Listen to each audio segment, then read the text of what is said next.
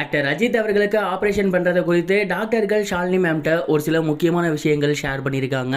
அதை கேட்டு ஷாலினி மேம் ரொம்பவே பயந்து போயிருக்காங்க அப்படிங்கிறதும் தெரிய வந்திருக்கு. அப்படி டாக்டர்ஸ் என்ன ஷேர் பண்ணியிருந்தாங்க அப்படிங்கிறது அரசல் புரசலாக இப்போ சோசியல் மீடியாவில் ஸ்ப்ரெட் ஆகி வந்துட்டு இருக்கு. அது என்ன அப்படிங்கிறதான் இந்த ஒரு வீடியோவில் நம்ம பார்க்க போகிறோம்.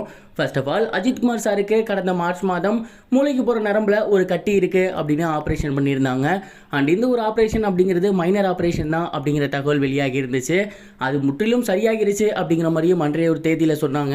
ஆனால் இப்போ வந்திருக்க நியூஸ் என்ன அப்படின்னா, அன்னைக்கு பண்ணது அப்படிங்கிறதே டெம்பரவரி தான். ஏன்னா அதை பர்மனெண்ட்டாக பண்ணோம் அப்படின்னா ஒரு 7-8 மாதம் பெட் ரெஸ்ட் எடுக்கிறதா இருக்கும். அவரோட சினிமா கரியர் பாதிக்கப்படும் அப்படிங்கிறதுனால டெம்பரவரியாக பண்ணியிருக்காங்க. இப்போ அவர் ஒத்துக்கிட்ட படங்களை முடிச்சிட்டாரு.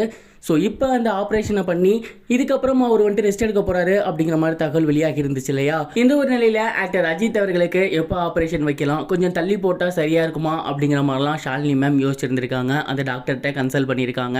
அண்ட் அப்போ டாக்டர் இந்த ஒரு விஷயத்தை பற்றின சீரியஸ்னஸை அவங்களுக்கு புரிய வச்சுருக்காங்க. அதாவது மற்ற இடங்களில் ஆப்ரேஷன்னா கூட நம்ம கொஞ்சம் தள்ளி போட வாய்ப்பு இருக்குது. ஆனால் இது மூளைக்கு போகிற நரம்பு. இந்த ஒரு விஷயத்தை நம்ம சரியாக பண்ணலை அப்படின்னா அது அவருக்கு மிகப்பெரிய பின்விளைவுகளை ஏற்படுத்தக்கூடும். அண்ட் அது மட்டும் இல்லாமல் இந்த ஒரு ஆப்ரேஷனை நம்ம லேட் பண்ண அவருக்கு ஞாபக மருதி வரதுக்கான வாய்ப்புகள் அதிகமாக இருக்குது. அண்ட் இதை தாண்டி ஒரு கட்டத்தில் அவர் கோமாக்கு போகிறதுக்கு கூட அதிகப்படியான வாய்ப்புகள் இருக்குது. அதனால் முடிஞ்ச அளவுக்கு சீக்கிரமாக இந்த ஒரு ஆப்ரேஷனை நம்ம பண்ணிடணும். அதே போல் இந்த ஆப்ரேஷன் முடிஞ்சதுக்கப்புறம் அவர் கொஞ்சம் கூட டென்ஷனே ஆகக்கூடாது, கொஞ்சம் கூட ஸ்ட்ரெஸ்ஸே ஆகக்கூடாது. முழுக்க ஒரு 7-8 மாதங்கள் கம்ப்ளீட் ரெஸ்ட்டில் இருக்கணும். அண்ட் இதனால் அவரோட சினிமா கரியரே போனால் கூட பரவாயில்ல, அவரோட உயிர் தான் நமக்கு முக்கியம் அப்படிங்கிற மாதிரி டாக்டர் சொல்லியிருக்காங்க. ஷாலினி மேமும் இந்த ஒரு முடிவை தான் எடுத்திருக்காங்க.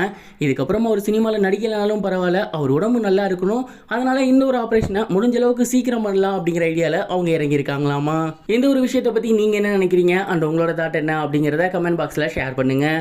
இது ஒரு புறம் இருக்க, Bigg Boss season 5 title win பண்ணதுக்கப்புறம் அசீம் அவர்கள் சினிமாவில் ஹீரோவாக வருவார் அப்படின்னு எல்லாருமே எதிர்பார்த்துக்கிட்டு இருந்தாங்க. ஆனால் அவர் எந்த ஒரு படத்துலையுமே கமிட் ஆகாமல் இருந்தார். கிட்டத்தட்ட 2 வருடங்கள் ஆகிருச்சு. இப்போ வரைக்கும் அவர் எந்த ஒரு படமும் நடிக்கலை. இந்த ஒரு நிலையில் அவர் மீண்டும் சின்ன திரைக்கு வரப்போகிறாரு அப்படிங்கிற மாதிரியான டாக்ஸ் போய்கிட்டு இருக்கு.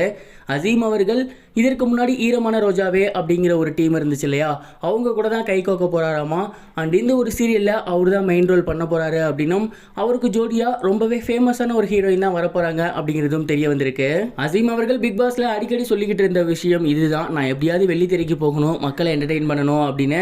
அண்ட் பிக் பாஸில் அவர் அதற்கு தகுந்த மாதிரியான காய்களை நகர்த்தியிருந்தார் அப்படின்னா கண்டிப்பாக அவர் வெள்ளித்திரையில் வந்து சாதிச்சிருக்க முடியும் கவின் மாதிரி. ஆனால் அதற்கு பதிலாக அவர் வன்முறை கையில் எடுத்ததுனால தான் இந்த மாதிரியான ஒரு பின்விளைவு வந்துருச்சோ அப்படிங்கிற மாதிரி எனக்கு பர்சனலாக தோணுது. நீங்கள் இந்த ஒரு விஷயத்தை பற்றி என்ன நினைக்கிறீங்க, உங்களோட தாட் என்ன, கமெண்ட் பாக்ஸில் இதையும் சேர்த்து ஷேர் பண்ணுங்கள். இது வரைக்கும் கனெக்டிங் டிவிக்கு சப்ஸ்கிரைப் பண்ணனா மறக்காமல் சப்ஸ்கிரைப் பண்ணிக்கங்க. உடனடி அப்டேட்ஸ் பெறுவதற்கு நோட்டிஃபிகேஷன் பெல்லையும் கிளிக் பண்ணிக்கங்க.